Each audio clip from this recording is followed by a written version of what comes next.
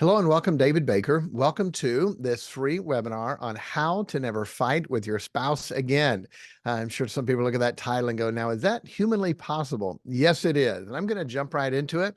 And so I'm going to share screen. And if you that are online will let me know if you see the share screen when I hit play and it goes into full screen. So if you could let me know if you see that, how to never fight with your spouse again. And if you could let me know if you see that on the screen, then that would be good. And let's see in the chat, are we showing that? So I'd hate to, let me just keep it this way just in case. I've had times before where it didn't show. This will, I know you can see it this way, and then you'll see the other slides on the other side. Okay. So it's with Fixed Families Institute, and I have a child ring program, a marriage program, a purity program for guys that struggle with that. My background, I was military, 82nd Airborne. That's at Pope Air Force Base, right outside of Fort Bragg, getting ready to go jump out of those perfectly good C-130s and C-141s. This is my beautiful wife, Laura. We've been married for 34 years, and we have 11 children together. That was when we only had one married, David in the middle with his wife, and now we've got a few of them married and a few grandchildren. This is 9 grandchildren with 2 expecting. Now we have 11 grandchildren and 2 expecting. So we have quite a crew, and we love it. So it's never fight with your spouse again. That's what we want to teach and do. One thing it is, we fight with the wrong person. Ephesians 6:12 says, "For we wrestle not against flesh and blood." Wait, is your wife flesh and blood? Is your husband flesh and blood? Then we're fighting the wrong person. It says, but against principalities, against powers, against the rulers of darkness of this world, against spiritual wickedness in high places. Okay. In grade school, we would and be in our rows, and we'd go to the next row over, and on the outside ear, flick the guy's ear. We turned around and he sees a guy behind him. He thinks that he did it. So they get into a fight, and we sit over here and just watch and laugh. Guess who else does that? That's the devil. He comes and stirs up a fight between husband and wife, and he sits back and laughs instead of us realizing, wait, devil's one stirring this up. Let's not let him do that. Okay. So does it work when Satan gets people stirred up against each other? Yes, it does. Okay.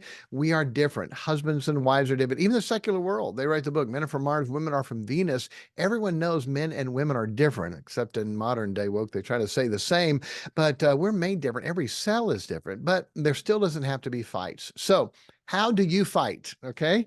You can put it in the chat or not. Do you sit down quietly and peaceably fix the problem? Do you yell or the voice is raised? Is there the quiet treatment? What's wrong? Nothing. Okay. Does it get to physical? Where there's hands-on people or holding or pushing or even worse? Or do we just hold it in and it never gets fixed, thinking it's not worth it to even try to bring it up? It's just going to get worse. Shouldn't be that way. Okay. Pastoral counseling in Bible college, they taught 5 major problems of marriage. Okay. Children, finances, in-laws and outlaws, the X's, religion and intimacy. After counseling a whole bunch of couples, I realized the biggest problem is communication. They can't talk to each other. They can't work through problems with each other. Why do you have to make a mountain out of a molehill every time we argue, Harold? And so many times that happens. I use things on a 1 to 10 a lot. 10's perfect, no problem. 1 is horrible. How many times do marriage problems start out as a 3? We don't handle it right. Now it's a 5. They don't handle it right. Now it's a 7, and it just messes up from there, and it just gets bigger. This is the UFC, and they're in over 300 now, but this is from the picture 251. UFC is the ultimate fighter, okay? And it's mixed martial arts, all the different things from the karate to jiu-jitsu to boxing to wrestling, everything in between. They fight. In the beginning, there were only 3 rules. Okay, no eye gouging, no kicking in the groin, and no biting. Literally, those are only 3 rules. And if you did, it was only a $1,500 fine. You could still do it and not get disqualified. Today in the UFC, there are over 31 infractions of things you can't do. 31. Okay, let me ask you, what are your rules for marriage fighting? What are your rules when you have a disagreement of how you're going to work through that? We don't. Huh. It's amazing. The UFC in the beginning had more rules for fighting than marriages do. You think if we don't have a plan and a rule for it, do you think it's going to work out very well? Well, we just go by our feelings. Yeah, that's going to work out well. Okay. So tonight, I only have three rules. Okay. Only have three rules we're going to give you on how to make sure that we never fight with your spouse again. And I've been doing this now for over 20 years. Counseling in the beginning, I would struggle so much. People would have these conflict problems. And I remember going to God and said, God, would you please give me something that could help these people? And God gave me this. And it's been amazing how well it's worked. Couples that were, I call them knockdown, drag out couples. If you know what that is, it got physical and police would be called and I'd be called. And I counsel those people. It's amazing. They walk out hand in hand and it fixes it. It's amazing how it does that. So survey question, will this work? How to calm an angry woman? Just tell her to calm down. Does that work? Or how about this one? Honey, don't be like your mother. Okay. Will those things work? No. So here's what we want. The philosophy. Are you sitting down? Are you sitting down? So a prudent man foreseeth evil and hideth himself, but the simple pass on and are punished. The phrase, are you sitting down, mentally prepares us for the problem that's coming. Okay. The doctor calls and says, hey, your test came back. Are you sitting down? They're really not afraid you're going to pass out, but are you sitting down mentally prepares you. What I'm going to tell you is going to be tough. Twice in Proverbs, Solomon tells his son that. And so what we want to do is to mentally prepare us for the problems. The problem may start small, but if we're not careful, it will escalate out of control. We want to make sure before you bring up the problem, you're sitting down or like this cat, relaxed and chilled. Okay. Relaxed and chilled. That's where you want to be. So what are your potential problems? Everyone that's been married for a while knows the potential problems. If you bring this up, it's going to be a fight. If she brings this up, he brings this up, it's going to be a fight. We know what those potential problems are. Okay, children, in-laws, finances, intimacy, religion. We know those type of things. If we bring them up, they're going to be a problem. So you get to decide these three things. Number one, when. Each of the couple gets to decide when the other person brings up a problem. This is not that big of a deal, but every little bit helps. So when you bring up the problem, some men, they've been dealing with problems all day at work. They want to come home, deal with any problems at home and relax the rest of the night. Some men are like, no, I've been dealing with problems all day at work. I don't want to walk in the door and hear the problems. I don't want to hear any problem until I have had a hug and a hamburger. Okay. And that's his. Every person gets to decide their when. Okay.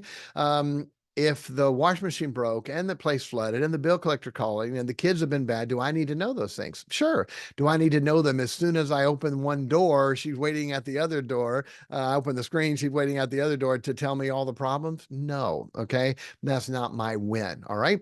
Our win, we always had a lot of kids. So our win is after the kids go to bed. Okay. That's our win. A husband and a wife can have a different win, and you want to honor their win when they're in a good mood to be able to handle it. Real simple. Number one, win. When do you bring up the problem? Just got home, after dinner, before bed? When do you bring it up? Okay. Number two, where? Again, this is not that big of a deal, but every little bit helps. Okay. Where do you bring it up? In the lazy boy, at the kitchen table, in the bedroom. Ours was in the bedroom. Again, after we put the kids to bed, had a smaller house and a lot of kids. In the bedroom was where we dealt with that. Where do you want to be? Again, where? Never, ever in front of anyone else. Okay. Never in front of friends, family, kids, never. But he gets to decide when the woman brings up the problem. She gets to decide when he brings up the problem. Okay.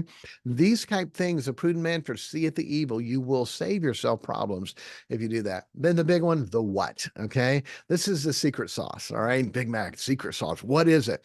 The secret sauce in marriage relationship is what or how you bring up the problem. What do you say to your spouse before they talk to you about something that could cause a problem? What do you want them to say to you to put you in the right frame of mind where you're going to handle this the right way? How many times have we not been ready and a problem brought up and automatically we didn't answer it right and here we go. We're off to the races. Okay. It's not going to turn out right because we weren't ready and we didn't handle it. So what do you want your spouse to say to put you in the right frame of mind so you're going to handle this the right way? Okay. The prudent man foreseeth the evil and hideth himself. So what can they say to put you in the right frame of mind? I've already said that. And make sure you're not on the defensive or offensive. The woman, make sure it's something that shows her love. Okay. Most of you have heard this in marriage. Love, a woman needs the most important thing. Nevertheless, let every one of you in particular so love his wife even as himself. I was talking to a couple. I gave them their homework. The next week they came back and I said, how did it go? And he said, I don't want to say what she wants me to say. Okay, what does she want you to say? She wants me to say, beautiful, I need to talk to you about something. Perfect. That's great. Why? Because you're getting ready to bring up a negative. She's going to feel unloved when you bring up the negative. So if you say, beautiful, I need to talk to you about something, she's going to feel loved and handle it a lot better. Do it. And they did, and it fixed it. Okay. The man, make sure it's something that shows respect to him. Even the wife, see that she reverenced her husband. That's the same verse. Okay. Same verse, just the rest of it. The wife, see that she reverence, revere, respect him. Okay. For men, that's a big deal. They've asked men, would you rather be loved or respected? 90% said, I'd rather be respected. They asked women, 90% said, I'd rather be loved. God made us different, and he put it in the Bible here. So make sure it's something that shows him respect. So had a couple, different couple, and they came in for their second week. How did it go? She's like, I don't want to say what he wants me to say. Okay, what did she want you to say? Sorry, what does he want you to say? She said, he wants me to say, sir, I need to talk to you about something. I said, that's great. Do it. Why? Because you're getting ready to be negative. He's going to feel disrespected when you do. So if you say, sir, I need to talk to you about something, he's going to feel respected and handle it better. I said, now you could do what Sarah did. Sarah called Abraham Lord, and she's like, no, no, no, I'll call him sir. And it fixed it. He felt respected. He handled the problem well, and they made it through all that. It's gigantic. Okay. It's gigantic. Use humor. Humor is a great tool for marriage. A merry heart doeth good like a medicine. Okay. We started this, my wife and I. And so our time when, after the kids are in bed, where in our bedroom and what, she says to me, honey, I need to talk to you about something real deep. Okay. We started this, we didn't get real creative, but then I come back with humor and I say, oh no, what did I do now? And that's a little bit of humor. I laugh. I'm in a good mood. I'm ready for a size 10 problem. She brings up a size 3 problem. I handle it the right way and we're done. It's over. Simple. Okay. Use humor. Had a couple that came in for their second appointment. I said, how did it go?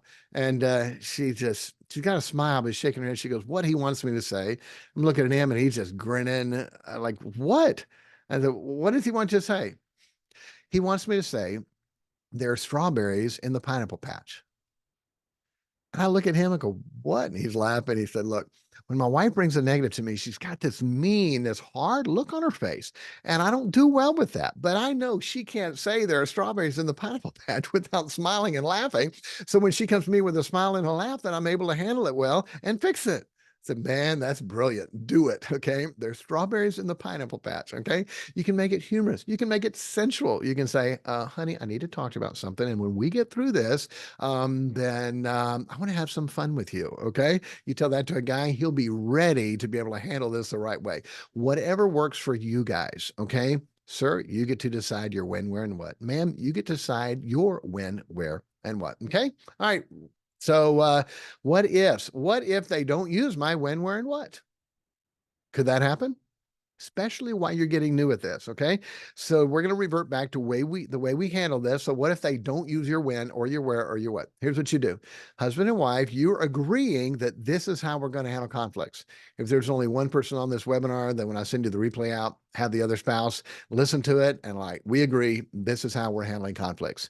So when we agree this is how we're handling conflicts and they don't do your when or your where or your what, just smile. Don't be like this guy. Smile, put your hand up. Just smile and put your hand up. You guys can have another sign if you want to, but that's what we do. Just sign and put your hand up. Oh, I got to wait for her when. I got to wait I got to be in her where, and I got to say the right what, because we agree this is how we're handling it. Okay. So just smile. It'll take a little bit to put this in your brain. After you do, you'll have it. Do not go into the old habit of how you handle problems. Okay. Smile and put your hand up. All right. They'll get it. What if? Okay. What if we do the right when, where, and what, but we still disagree? Very simply, we table it. We table it. It's a parliamentary procedure. County Commission is talking about building a new park. It's going to cost $3 million.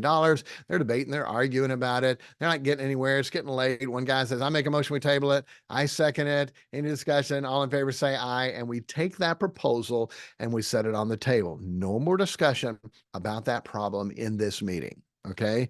We table it. Now, if there's a husband and wife, as you know, 5 rounds up. If one person says, I make a motion, we table it, it's passed. It's passed. Now, real important, whoever makes the motion on tabling it, the other gets to make the closing arguments. What happens if someone wants to cut it off? They're losing the argument. Fine. I make a motion, we table it. You can't talk about it anymore. Oh, no, no. They get to make the closing argument. Okay. Before we table this, let me explain. Here's our problem. Here's what you want to do. Here's what I want to do. And here's why I think we ought to do this. Okay. That's it. Now it's tabled. So when do we fix it? So how does it get fixed? Later on, if one person changes their mind and now agrees with the other person, they can bring it up. But you can't bring it up just because you found three more points of why you're right. Okay. You can't do that. So later on, you're thinking, you know what? That's no big deal. What she wants to do, I'm fine. I can live with that. Hey, honey, what we talked about earlier, we don't need to table it. I'm fine. What you wanted to do is okay with me. Okay. Or if the wife decides that she wants to do with the husband, that's not usually going to happen. Joking. But if the wife decides, hey, honey, what you wanted to do, I'm okay with that. You can bring it up that way. You can't bring it up to argue it again. Or the other way, what about fixing it before you go to bed and not let the sun go down upon your wrath? It doesn't have to be fixed before you go to sleep. Here's what happens. Sometimes one, usually the man, will push the woman to fix it and create bigger messes. Okay. It's very hard to push somebody to make them fix something. We're going to take this problem and we're going to make it bigger. Okay. So we agreed to table it. We're not mad. We can enjoy the rest of the evening. It doesn't say it has to be fixed before you go to sleep. It says, don't let the sun go down upon your wrath. Don't go to bed mad. We didn't go to bed mad. We agreed to table it. We're going to fix it later on. Got that? Okay. There are a lot of times where, well, we've got to fix the problem. And somebody pushes that and it creates a way bigger problem. You don't have to table it. Okay. Table it. Let's talk about it later. All right. Hey, what do you want to watch tonight? Hey, what do you want to eat? Hey, you want some ice cream or popcorn? Those are our go-tos for that. Okay. So how is it fixed? All right. How's it fixed? Here's what you do. How it's fixed is you then have a counselor. You have someone that you go to and say, hey, when we table something, we want to run it by you. It's someone that you both can agree. Well, number one, you believe they care about you. Number two, they have some wisdom and knowledge in this area. And number three, that you believe they can help you. And so what you do is usually not the same night, and especially not when you're upset. I've had people call me, hey, we need you to fix our marriage problem. And they're no, no, no, I'm not getting it. Yeah, call me tomorrow. And then, by the way, tomorrow, guess what? Oh, we're fine. So they wasted my time. I got in the middle of a fight, created, now both of them are mad at me, and it would have been fixed if I just left it alone. So don't do it the same night. But if that problem is still there tomorrow, then call your counselor and say, hey, we have something tabled we need to run by you. And so then with your counselor, one person tells their side, the other person tells their side, and a wise counselor can say, I got it. How about we do this? Usually I don't disagree. Usually I don't agree with just one of them. Usually I disagree with both of them and give a third answer. And with wisdom, you can do that where she says, oh, I'm okay with that. And he says, I'm okay with that. It's fixed. We're done. Okay. That mediator, that counselor to be able to help with that. That can be your pastor. Okay. That can be a friend. That can be a wise marriage counselor. That can be me. That can be someone that you believe they've got some wisdom. They're good at this marriage thing. We both trust them. They're not going to just take his side or her side. You can't pick your best friend that your golfing buddy. Hey, man, I need you to tell her I'm right again. Okay, that doesn't work. But that's how you fix it. You table it. Okay. So, hey, we're 20 minutes into that. That's the secret sauce.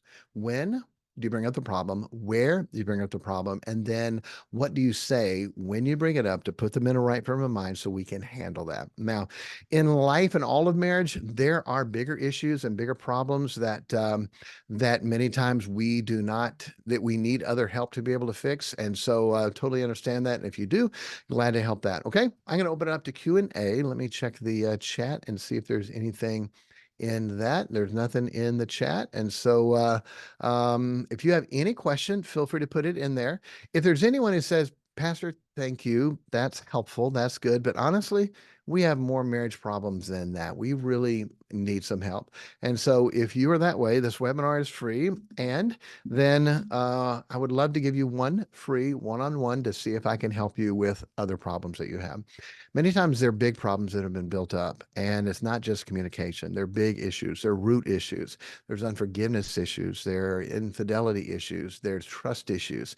There are a lot of things that get messed up. In my marriage course, I teach it called cleaning the window. And when you got married and husband on one side of the window, wife on the other side of the window, and it's perfectly clear, it's crystal clear. It looks like there's nothing there. You can see each other. There's so much love. What happens is through the years, he does some things he shouldn't do, and there's dirt on his window. She does some things she shouldn't do. Now she puts dirt on her window. And after 10, 15, 20 years, there's a lot of dirt on that window. And here's what happens. You look through that window and say, I just don't love him anymore. And that's really not the problem. The problem is all the dirt on the window that you can't see. So one of the things in the course we talk about how to get that dirt off the window. And if both sides do that, guess what? It can be as clear as it was before. And honestly, even better. I've counseled marriages that have been married for 20 years and it's been bad, but it's better now than it ever was. And so you can definitely have that. So I put a link in the chat. And if you're watching the replay, it'll be in the email. Link in there. Just go to a calendar where if you want to set up a one-on-one, and I can do it. I love to do it with husband and wife. If we need to do it with just one of the spouses, that's fine. In fact, most of my marriage counseling starts out with, "Hey, Pastor, what do I do? We got marriage issues and my spouse doesn't want to fix it." Okay. Most of my marriage counseling starts that way. So we talk to one and show them how they can get the other one on board to be able to help this. Okay. All right. Any Q&A? Any questions that you have, I'd love to be able to help you to answer it. And again, the Q&A button down at the bottom, that's totally anonymous, so it won't come up there. The chat is open. People can see that if you have a question. Okay. All right. Hey, I'll send the replay out. So if your spouse isn't here, they can watch that. And I'd love for you guys to adopt that. Okay. When, where, and what. Go through those things. What if they don't do it? Hand up with a smile. What if we go through that, but it's still not fixed? We table it and we only fix it when one agrees with the other, or we get with our counselor to each tell them our side of it. And the wisdom of the counselor can help you to have something that you can do, will agree on to be able to go forward. Okay. Pretty simple. I'll end with this. Years ago, when God gave me this and I saw it work, I mean, I just amazing the couples and marriages. I thought there's no hope for this. I mean, I'd hear their story and in my mind and heart, I'd say, okay, this one's done. I wouldn't tell them that because that's not polite. But I started working on these communication things and these other principles for marriage in the course that I have. And I saw God take couples that were at each other's throat, able to be love and forgiving and kind and sweet on each other and just turn that around. And what a sweet, beautiful thing it is. My marriage course is called Marriage, the Mystery of Heaven on Earth. I believe that marriage is supposed to be the closest thing to heaven on earth that we can have. And I believe it is. Marriage done right is the closest thing to heaven on earth. Marriage done wrong is the closest thing to hell on earth. And nobody wants to live in that. Okay. Let's get it fixed. If I can help you, let me know. The link's in the chat. Just schedule it for a one-on-one. And if the time doesn't fit or you need to change it, I'll give you my number. We can work on that. But would love to be able to help you and take this when, where, and what, get with your spouse, and hopefully you guys can fix any complications or marriage communication issues that you have. All right. God bless you. Thank you so much for being here. If you're planning to watch the other scheduled meeting tonight, we'll see how that goes. And God bless you. If I can help you in any way, let me know. Take care. God bless and goodbye.